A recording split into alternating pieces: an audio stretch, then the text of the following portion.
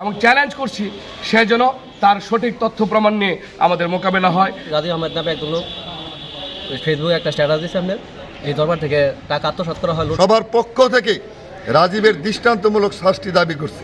অবিলম্বে তাকে আইনের আওতা আনার জোর দাবি জানাচ্ছি।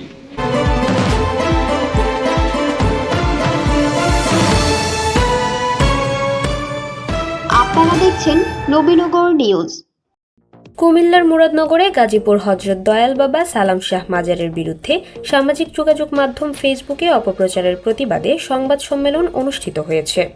শুক্রবার সকালে মুরাদনগর উপজেলার হযরত দয়াল বাবা সালাম শাহ মাজার পরিচালনা কমিটির আয়োজনে অত্র মাজার প্রাঙ্গণে এই সংবাদ সম্মেলন অনুষ্ঠিত হয়। সংবাদ সম্মেলনে লিখিত বক্তব্য পাঠ করেন অত্র মাজার কমিটির সাধারণ সম্পাদক আশরাফুল আজাদ টিটু। তিনি বলেন, 5ই আগস্টের পর মাজারের নতুন কমিটি হওয়ার পর থেকেই মাজারের উল্লেখযোগ্য উন্নয়ন হয়েছে। আমাদের মাজার কমিটির নতুন সভাপতি আকুবপুর ইউনিয়ন পরিষদের সাবেক চেয়ারম্যান শাহ আলম সরকারের আন্তরিকতা ও যোগ্য নেতৃত্বের কারণে এই মাজারে নতুন 8% জমি ক্রয় সহ প্রায় অর্ধ কোটি টাকার উন্নয়নমূলক কাজ চলমান রয়েছে। গেল এক যুগের তুলনায় মাজারে উল্লেখযোগ্য উন্নয়ন হয়েছে 5ই আগস্টের পর নতুন নেতৃত্বের মাধ্যমে। অথচ কথিত অনলাইন অ্যাক্টিভিস্ট প্রতারক ও ধর্ষক রাজীব আহমেদ নামে এক ব্যক্তি মাজারের উন্নয়নকে ধামাচাপা দিতে অর্থ আত্মসাতের মিথ্যা বানোয়াট অভিযোগ উপস্থাপন করে ভিডিও বানিয়ে সোশ্যাল মিডিয়াতে অপপ্রচার করেছেন। আমরা আপনাদের মাধ্যমে এই অপপ্রচারের বিরুদ্ধে প্রশাসনের দৃষ্টি আকর্ষণ করছি। রাজীব আহমেদ আমাদের পবিত্র মাজারের সুনাম নষ্ট সহ মাজারের সভাপতিকে নিয়ে অপপ্রচার করেছেন। অনতিবিলম্বে তাকে আইনের আওতায় আনার জন্য আমরা জোর দাবি জানাচ্ছি।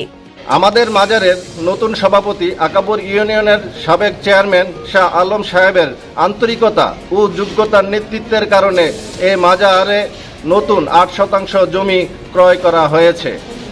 মাজারে মসজিদ ছিল না, নতুন সভাপতি মসজিদ নির্মাণ করেছেন এবং মাজার সংশ্লিষ্ট মাদ্রাসা নির্মাণের সিদ্ধান্ত নিয়েছেন। গেল এক যুগের তুলনায় মাজারে যোগ্য উন্নয়ন হয়েছে 5ই আগস্টের নতুন নেতৃত্বের মাধ্যমে।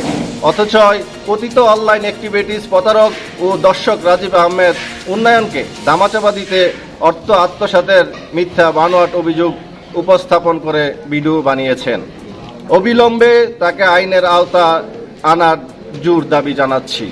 সংবাদ সম্মেলন শেষে হযরত দয়াল বাবা সালাম শাহ মাজার কমিটি, ভক্ত আশেকান ও সুশীল সমাজের নেতৃবৃন্দরা মাজারের বিরুদ্ধে সামাজিক যোগাযোগ মাধ্যম ফেসবুকে অপপ্রচার করায় অভিযুক্ত রাজীব আহমেদকে অনতিবিলম্বে আইনের আওতায় আনার দাবিতে অত্র মাজার ফটকে মানববন্ধন করেন।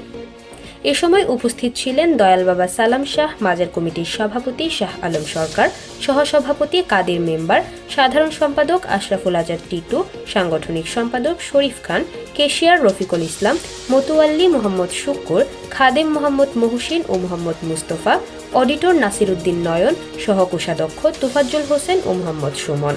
এ সময় অন্যান্যদের মধ্যে আরও উপস্থিত ছিলেন মোহাম্মদ আবু বক্কর, মোহাম্মদ আলাউদ্দিন, মোহাম্মদ মুস্তফা, রেজাউল করিম, নিজামুল হক, রফিক মেম্বার, আব্দুর রহিম, মোহাম্মদ কাইয়ুম, মোহাম্মদ সুমন সহ আরও অনেকে। আমি ফেসবুকে একটি নিউজ শুনতে পেলাম, যেটা মাজারের টাকা আত্মসাৎ হয়, সভাপতির মাধ্যমে বা অন্যান্য 3 ভাগ করা হয়, সেটা সম্পূর্ণই মিথ্যাচার। যারা এটা করেছে তাদের প্রতি আমি নিন্দা জানাই এবং সত্য প্রচারের জন্য আমি আহ্বান করব।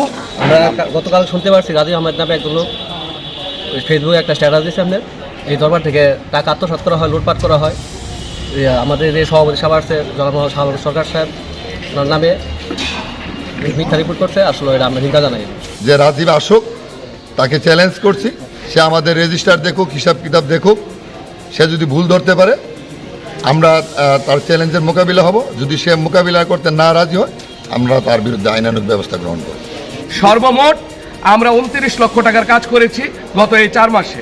যে রাজীব যদি তার এই বক্তব্য প্রত্যাহার না করে, তাহলে আমরা এই মিডিয়ার মাধ্যমে এই প্রতিবাদটুকু আপনাদেরকে জানাচ্ছি যে তার বিরুদ্ধে যদি সে সঠিক তথ্য দিতে না পারে আমরা আইনানুগ ব্যবস্থা নিতে বাধ্য থাকবো।